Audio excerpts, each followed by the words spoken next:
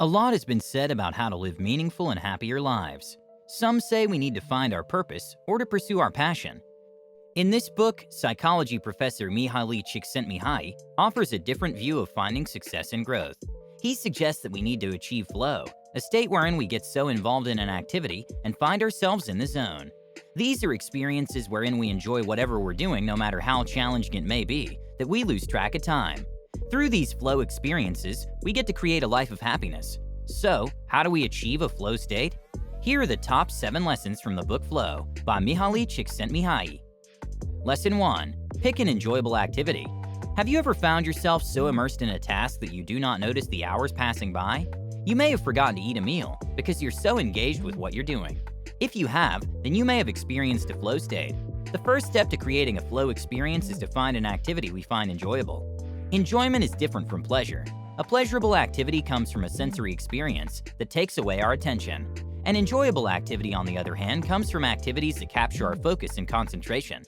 To achieve a flow state, we need to pursue enjoyable activities that make us take complete control of the situation and make us fully engaged. Lesson 2. Match the activity with your skill level.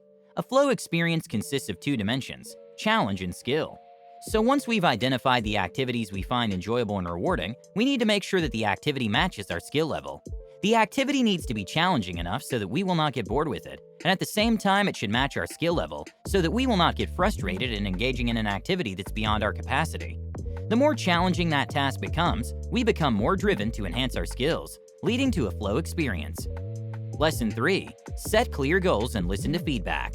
One way to sustain a flow experience is by setting clear goals. If we want to make sure that our skills match the activity, we must establish clear objectives. How much should I learn so that I can move to the next level for this task? This could be a question we can ask ourselves to guide our progress. Once the goal is set, it's also important that we solicit feedback from people regarding our performance. Through their feedback, we would know if we're on the right track, and we could also get suggestions on what to do to improve. Lesson 4. Persevere despite setbacks.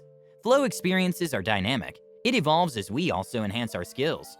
Over time, we seek more challenging activities, not to get bored doing something we already know. As we develop our skills to match challenging activities, we need to persevere despite the difficulties.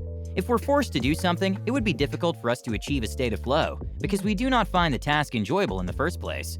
We may then find ourselves easily discouraged when the task becomes too difficult for us. But when we're in a state of flow, we do not mind the challenge, but rather we're willing to stretch the limits of our capacities to accomplish something difficult and worthwhile.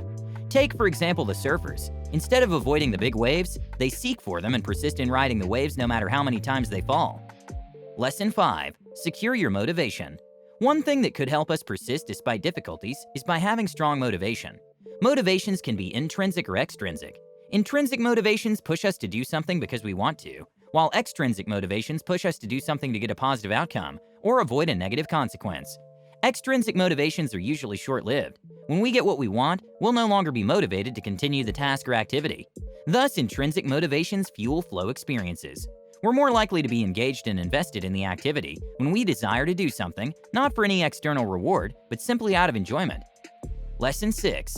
Find flow at work. Some people may think that they can only experience flow when they engage in activities outside of work, but this is not necessarily true. We can have a flow experience even while working. Perhaps some think that work is not enjoyable, so they feel that they could not experience flow while doing it. But any activity can create a flow experience, as long as it satisfies the conditions of flow. An enjoyable activity, which level of difficulty matches our skill. So whether it's an 8 to 5 desk job or field work, as long as there's enjoyment, as long as we increase our skill or the challenge, we can have a flow experience. Lesson 7. Create flow experiences.